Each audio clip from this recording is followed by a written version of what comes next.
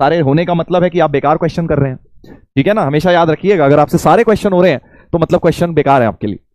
Question होने उतने ही चाहिए, थोड़े बहुत डाउट रह जाने चाहिए, तभी तो कुछ नया सीखोगे, वरना क्या है, एक तरह के क्वेश्चन कर करके कोई फायदा नहीं है बेटा। नमस्कार नमस्कार नमस्कार।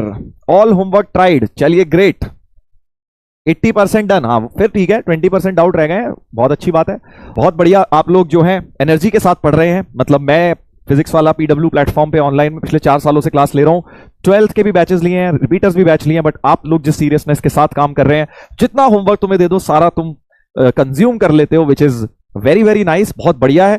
और इसी तरह से बस बेटा करते जाना, यही होता है एक सच्चे जो जेई एस्पिरेंट होता है और जो रैंक लाने वाला होता है, उसकी यही पहचान होती है, ठीक है ना। जब भी मैंने पास्ट ईयर्स में टॉपर्स को पढ़ाया है, under 100, under 50 rankers, under 20 rankers, उन लोगों में एक कॉमन चीज थी, वो कभी मना नहीं करते थे सर, ये कभी नहीं बोलते थे कि सर होमवर्क मत दो इतना, वो जितना उन्हें दे दो वो कहते थे हाँ सर हो जाएगा, उन्हें बोल दो ये परसों तक कर लाना, हाँ सर हो जाएगा। उनके पास बहाने नहीं होते थे, उनके पास रीजंस नहीं होते थे कि हमें स्कूल जाना है, प्रैक्टिकल है सर, हमें तो ये भी वाली क्लास है, वो भी है, ऐसा भी है, वैसा भी है।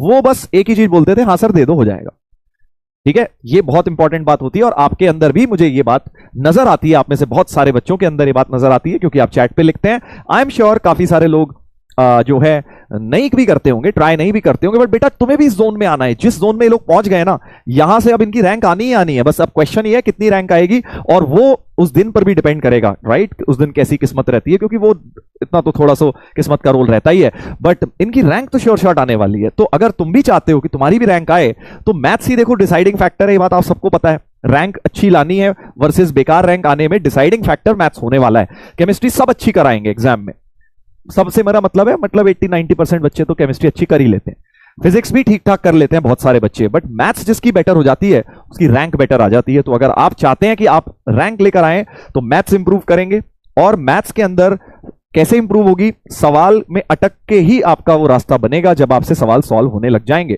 जितने ज्यादा आप सवाल ट्राई करेंगे, जितने ज्यादा में आप फंसेंगे, जितने ज्यादा का हिंट्स देखेंगे, जितने ज्यादा का सोल्यूशन समझेंगे, जितने ज्यादा को रिट्राई करेंगे, उतने धीरे धीरे फिर आपका थॉट प्रोसेस बनेगा, अप्रोच डेवलप होगी, सोचने का तरीका डेवलप होगा, और धीरे धीरे तुमसे भी सवाल होने लग जाएंगे बेटा। सर मैकबुक इफेक्ट है ये, अच्छा, ओहो अच्छा, मैकबुक के लिए तैयारी चल रही है सारी। अरे मेरे लाल क्या बात है यार, मैकबुक के लिए तुम सब लगे पड़े हो क्या? अच्छा ऐसी बात है तो तुम्हें 11वीं में ही बता देते यार, हम ये 11वीं में बता देते तो ज्यादा सही रहता नहीं। चलो अच्छी बात है, जो भी है, जिस भी कारण से लगे हैं बहुत अच्छी बात है, लगे तो हैं। एक भाई कह रहा है सर रैंक का डिफरेंस आईओसी से आता है। यार ये भोलेपंती वाली बातें मत करो, ठीक है, यहां पर आकर ये सब मत करो, ठीक है। आईओसी में जो जेई एडवांस की बात हो रही है, मेंस की बात नहीं हो रही है, ठीक है ना। जो बच्चा जेई मेंस क्लियर करके बैठा हुआ है एडवांस देने का, तुझे लगता है उसकी आईओसी वीक होगी? आईओसी वीक वाला बच्चा पहुंच रहा है वहां पे, है एडवांस क्लियर जो कर रहा है, वो 10-12 हजार बच्चे होंगे जो, उनकी आईओसी वीक होगी? तुझे लग रहा है? कितना भोला इंसान है तू यार, है। उन्हें नॉमेनक्लेचर याद करने में और मैकेनिज्म याद करने में, पीपीटी के रंग याद करने में बड़ा समय लगने वाला है। ये बता, जो मैथ्स को फोड़ फाड़ के बैठा हुआ है इतने हजारों क्वेश्चन कर करा के, वो पीपीटी का रंग नहीं बता पाएगा कि ए से बी निकला, सी आया तो ये लाल निकला, ये निकला तो ये वाला बताओ कौन सा था, वो ये नहीं कर पाएगा, है। ये बता, यही तो है उसमें, और है क्या आईओसी में? हमने भी पढ़ी है बेटा, हमने भी पढ़ी है और हमने भी फोड़ी है, तो हमें पता है आईओसी रैंक डिसाइडिंग नहीं है। अगर तुझे कहीं से भी ये लगता है तो गलत फहमी में जी रहे हो। हाँ, केमिस्ट्री सबकी अच्छी हो जाएगी, केमिस्ट्री सबकी अच्छी हो जाएगी, जो जो लोग जेई मेंस क्लियर करने वाले हैं, 99.9% लोगों की केमिस्ट्री अच्छी ही होगी उसमें। हाँ, आईओसी तो बेटा अच्छी बात है, पढ़ लो, मतलब मैं उसमें कुछ बोल नहीं रहा हूं, बट आईओसी हो जाती है, आराम से हो जाती है, थोड़ा बहुत भूल जाओगे, वो बाद में रिवाइज करते रहना, याद कर लेना, और क्या, यही तो होना उसमें। आईओसी रोस्टेड ना भैया, आईओसी रोस्ट नहीं करी है मैंने थोड़ी ना रोस्ट करी है। तुम यार ये क्यों समझते हो कि आईओसी रोस्ट हो जाएगी? कुछ भी सर ने बोल दिया तो रोस्ट ही किया होगा, ऐसा थोड़ी होता है यार। हाँ, ऐसा नहीं होता है, मैं आपको सच्चाई बता रहा हूं कि कहां maths is the rank deciding subject, क्योंकि मैथ्स में ही सबसे ज्यादा दिक्कत होती है बच्चों को।